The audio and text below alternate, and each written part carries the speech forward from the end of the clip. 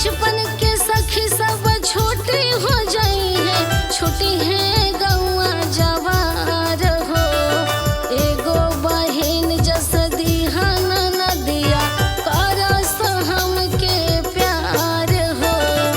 एगो बहिन जस दीहा नदिया करस हमके प्यार हो।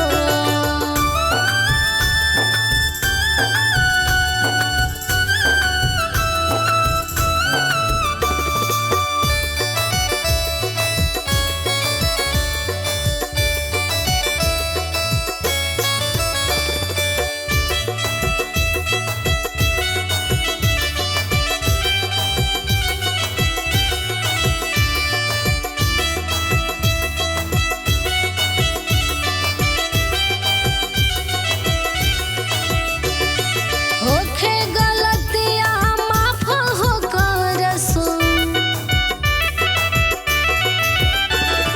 होखे गलतिया माफ हो करसु। कह देले दीदी हमार हो, ओ सही दीहा गोतिन है